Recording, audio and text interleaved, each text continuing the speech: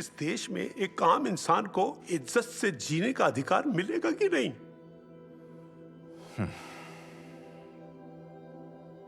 जज साहब, आज आपको अधिकार भी देना होगा और इंसाफ भी। We cannot wait any further. Naran sir, please continue. My lord, with your permission, हटिए हटिए हटिए हटिए हटिए, आइए आइए आइए। Your Honor. Devranjan ji, court और पॉलिटिक्स में एक ही समानता है, दोनों में वक्त की बड़ी अहमियत होती है। क्षमा करें योर ऑनर, और आप सब भी, पर वो क्या है कि रास्ते में जाम में फंस गए थे। खैर, बैठिए। जी।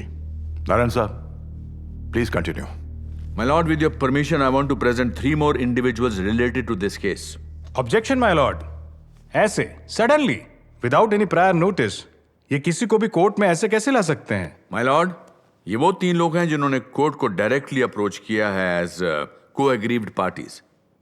इस केस की हियरिंग में शामिल किए जाने के लिए ऐसे केसेस में हाई कोर्ट के पास कुछ स्पेशल पावर्स होती हैं। इसलिए I request you to allow me to present these 3 persons please. पर ये तो कोई रवि पॉइंट। प्रसाद जी, जहां लाखों आवाजें उठ रही हैं, वहां 3 आवाजों को दबाकर क्या हो जाएगा? इन्होंने प्रॉपर लीगल प्रोसीजर फॉलो किया। नारायण साहब, please go ahead. Thank you my Lord. जज साहब, मेरा नाम अबीर गोसाई है। मैं कोलकाता का रहने वाला हूँ। कुछ काम से शीतलापुर आया हुआ था। उन दिनों मेरे बेटे की तबीयत बहुत खराब थी, इसलिए मेरा शाम तक कोलकाता पहुंचना बहुत जरूरी था। पर मैं घंटों तक उस रैली के जाम में फंसा रहा और मेरी फ्लाइट मिस हो गई। सुबह तक कोलकाता की कोई फ्लाइट नहीं मिली और वहां मेरे बेटे ने दम तोड़ दिया।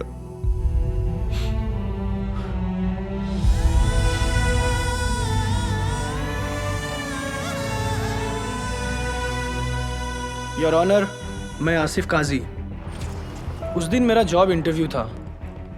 जॉब मस्कट में थी और 2 लाख रुपए तनख्वाह। लेकिन योर ऑनर, उस दिन उस रैली की वजह से ऐसा जाम लगा कि मेरी तरक्की के सारे सपने उसमें फंस कर रह गए। मैं इंटरव्यू के लिए लेट पहुंचा योर ऑनर, और आज मैं अपने परिवार की जरूरतें भी नहीं पूरी कर पा रहा।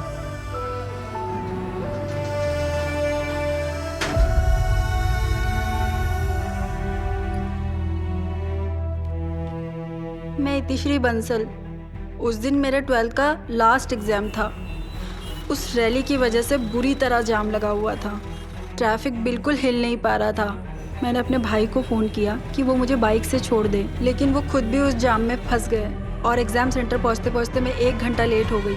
एग्ज़ाम मिस हो गया। मेरा पूरा साल बर्बाद हो गया।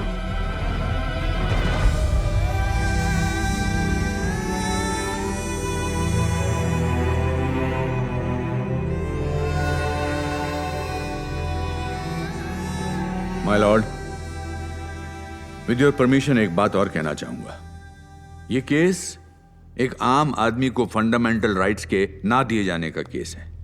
इसलिए माय लॉर्ड, क्यों ना हम सुशील रस्तोगी की बात को आम आदमी की आवाज मानकर एक बार सुने।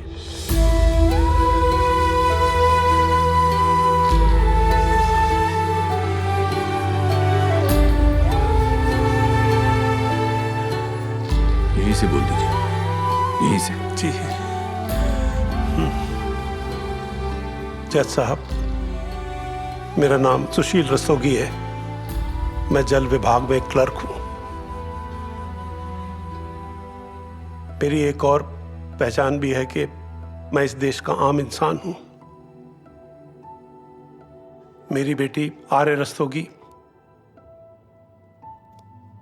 देश के करोड़ों बच्चों की तरह सपने देखा करती थी, लेकिन इससे पहले कि वो अपने सपनों को पूरा कर पाती, उसकी हत्या कर दी गई। Objection my Lord. हमें रस्तोगी जी के परिवार के साथ पूरी सहानुभूति है, लेकिन उन्हें इस तरह के आरोप लगाने का कोई अधिकार नहीं है।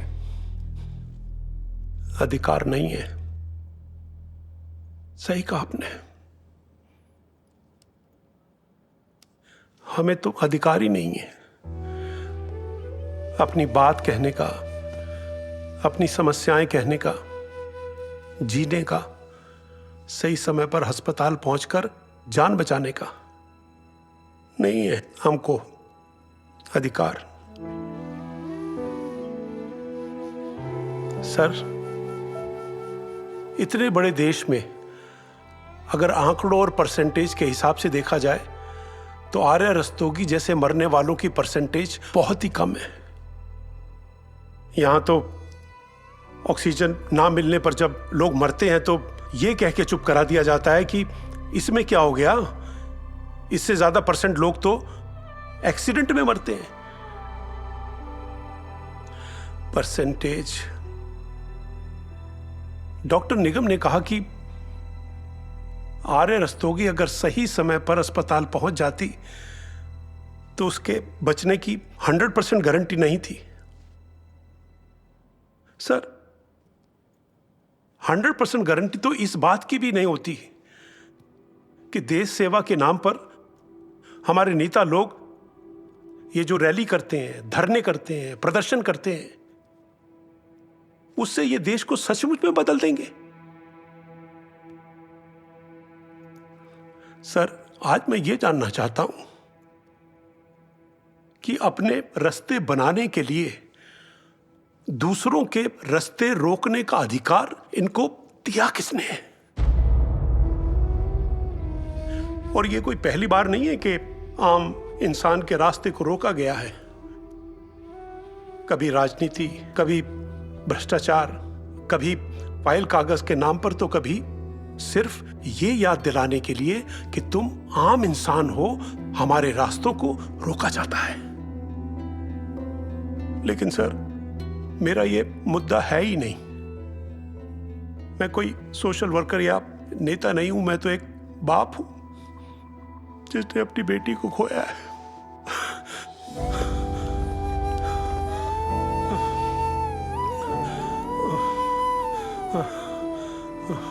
सर, पिछले साल 9,65,000 बच्चे यूपीएससी के एग्जाम में बैठे थे। उनमें से 635 सेलेक्ट हुए और उन 635 में से शीतलापुर की एक गरीब परिवार की लड़की आर्या रस्तोगी ने टॉप किया था। थोड़ी देर में वो आईएएस ऑफिसर बन जाती। और तब यही लोग, यही अधिकारी, यही अफसर सैल्यूट मारते और उसके लिए रास्ता बनाते। तो क्या अब इस देश में नेता, अभिनेता, बड़े लोग, बड़े अधिकारियों को ही जीने का अधिकार है? इस देश में एक आम इंसान को इज्जत से जीने का अधिकार मिलेगा कि नहीं?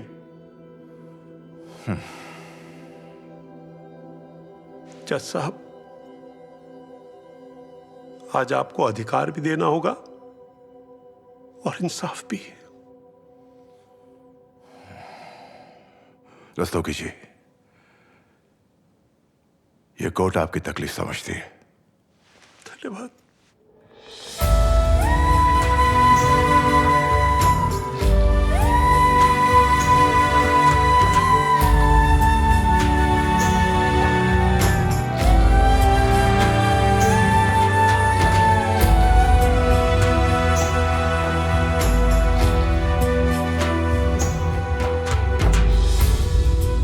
माय लॉर्ड, ये जो देश में बात बात पर बंद किए जाते हैं, हड़तालें की जाती हैं, इससे देश को हजारों करोड़ों रुपयों का नुकसान तो होता ही है, लेकिन इसमें किसी का फायदा भी होता है। रास्ते बंद करो, ट्रेन्स बंद करो, जितना बड़ा बंद होगा उतना बड़ा नेता होगा। बट इट्स टाइम जब हम इस बंद वाली पॉलिटिक्स के खिलाफ आवाज उठाएं। इन हड़तालों पे, बंद पे, रास्ता रोको रैलियों पर, धरनों पर बैन लग जाना चाहिए। The law must be given it's teeth.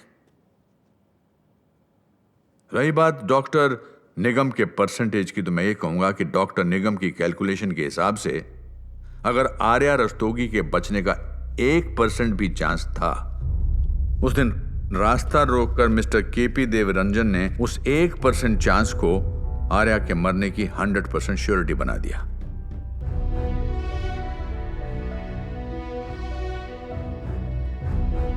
As per the law, the right to proper medical treatment is a fundamental right. उसका रिजल्ट चाहे कुछ भी हो, और आर्या रस्तोगी से माय लॉर्ड ये राइट छीना गया था। That's all my Lord.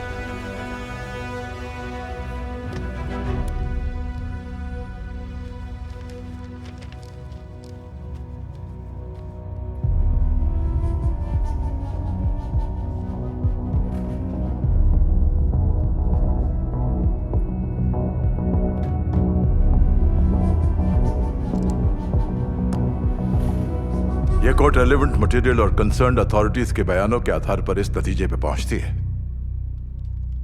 कि कागजी कार्रवाई बने तो लोगों के अधिकारों की रक्षा के लिए थी, पर आज उसी का सबसे ज्यादा मिसयूज होता है, जैसे कि हमने इस केस में देखा और समझा। अपनी जिम्मेदारी कागज पर डाल दो और अगर कहीं कुछ बिगड़ जाए तो कह दो, जी ये देखिए हमने तो लिख दिया था कागज पर। कागज पर जो लिखा है उसे अमल में लाना कागज की नहीं, हम सबकी जिम्मेदारी है। यहां यह प्रूव होता है कि उस दिन शीतलापुर का डिस्ट्रिक्ट एडमिनिस्ट्रेशन पूरी तरह से इनएफिशिएंट और नाकाम था, और यह इस केस में क्रिमिनल नेग्लिजेंस है, क्योंकि इसी की वजह से बच्ची की जान चली गई। Article 21 of the Constitution of India guarantees the right to life to everyone. और ऐसे केसेस में राइट टू रोड एक्सेस को भी राइट टू लाइफ माना जाता है। यह बड़े अफसोस की बात है कि यह राइट आर्या रस्तोगी को नहीं दिया गया। कोई भी पॉलिटिकल पार्टी या संस्था एक आम आदमी का रास्ता रोककर उसकी जिंदगी को अस्त व्यस्त नहीं कर सकती, और अगर भविष्य में भी ऐसी किसी रैली, प्रदर्शन या धरने की वजह से आम जनता का नुकसान होता है तो उसकी भरपाई उस पार्टी से कराई जाएगी, और इस केस में यह जिम्मेदारी केपी देवरंजन की बनती है। इसलिए यह कोर्ट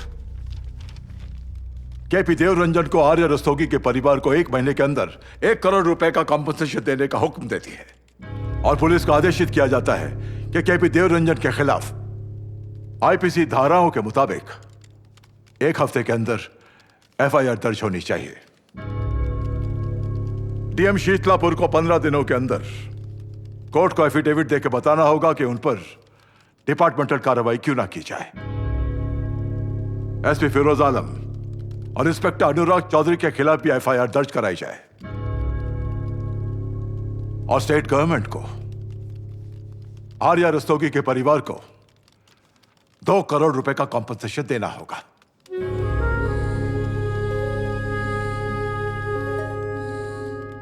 आर्या के साथ जो हुआ वो किसी और के साथ ना हो, उसके लिए लॉ में बदलाव लाना होगा, और उसके लिए एक कमेटी बिठानी चाहिए। इस बदलाव की शुरुआत आर्या के बलिदान से शुरू हो चुकी है।